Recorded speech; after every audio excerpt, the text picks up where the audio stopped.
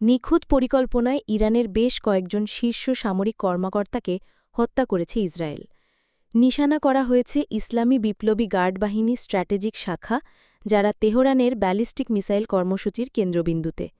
হামলার পর প্রতিশোধ নেওয়ার প্রতিশ্রুতি দেয় তেহরান। শুরু হয় মধ্যপ্রাচ্যের দুই আঞ্চলিক শক্তির মধ্যে এক নতুন ধরনের যুদ্ধ, যা আকারে সীমিত হলেও বার্তা পাঠিয়ে দিয়েছে গোটা বিশ্বকে। ইরান প্রতিশোধ নিয়েছে, কিন্তু যুদ্ধটা শুধু মাটির ওপরে ছিল না, ছিল আকাশে, প্রযুক্তির ওপর।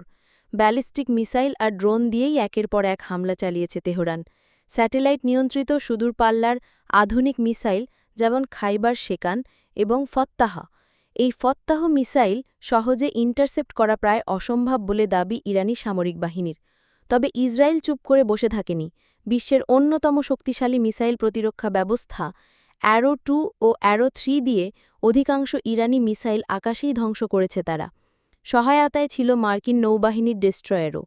কিন্তু সমস্যা তৈরি হয়েছে ইন্টারসেপ্টর, লঞ্চার আর কমান্ড অ্যান্ড কন্ট্রোল ব্যবস্থার সীমাবদ্ধতায়।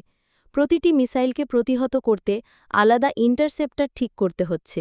এতে প্রতিরক্ষা ব্যবস্থায় বেড়েছে চাপ, আবার কোথাও কোথাও সিদ্ধান্ত নিতে দেরি হয়েছে, যার সুযোগ নিয়েছে ইরান।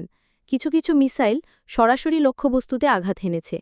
নিউ ইয়র্ক টাইমস জানায়, ইরান এই অভিযানে প্রায় ২০০টির মতো ব্যালিস্টিক মিসাইল ছুড়েছে। ইসরায়েল অনেকটা প্রতিরোধ করলেও প্রতিটি আঘাত যেন একটু একটু করে ক্ষয় করছে তাদের প্রতিরক্ষা ভাণ্ডার। বিশেষ করে ইন্টারসেপ্টর মিসাইলের সংখ্যা সীমিত। ফলে এমন আশঙ্কাও তৈরি হয়েছে, যদি হামলা দীর্ঘমেয়াদে গড়ায়, তাহলে কি আর ধরে রাখা যাবে ইসরায়েলের আকাশকে? এই যুদ্ধ এক অর্থে একপাক্ষিক ছিল না।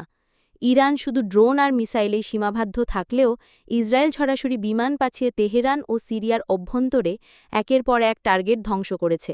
তাই প্রশ্ন উঠছে, এই সংঘাত কি নিয়ন্ত্রণে থাকছে, নাকি ধীরে ধীরে পরিণত হচ্ছে পূর্ণমাত্রার যুদ্ধের দিকে? একদিকে প্রযুক্তি, অন্যদিকে কৌশলগত ধৈর্য।